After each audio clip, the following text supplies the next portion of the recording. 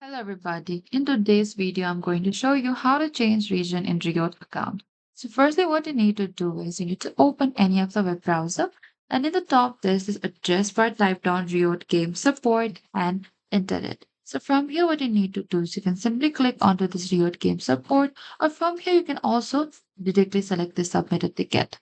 So under submit a ticket here, you need to simply click onto this product selection and select this Valorant.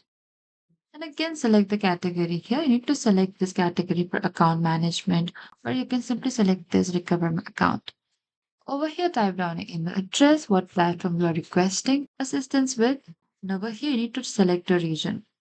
And you need to follow the on-screen instructions. Under the description over here, you can also describe the region you want to change, why you need the change. For example, you move the countries, and after that, you can also select any of the supported documents and you can upload it and click onto the submit here and wait for your support's reply. And that is it. Thank you for watching this video. I hope this video was helpful.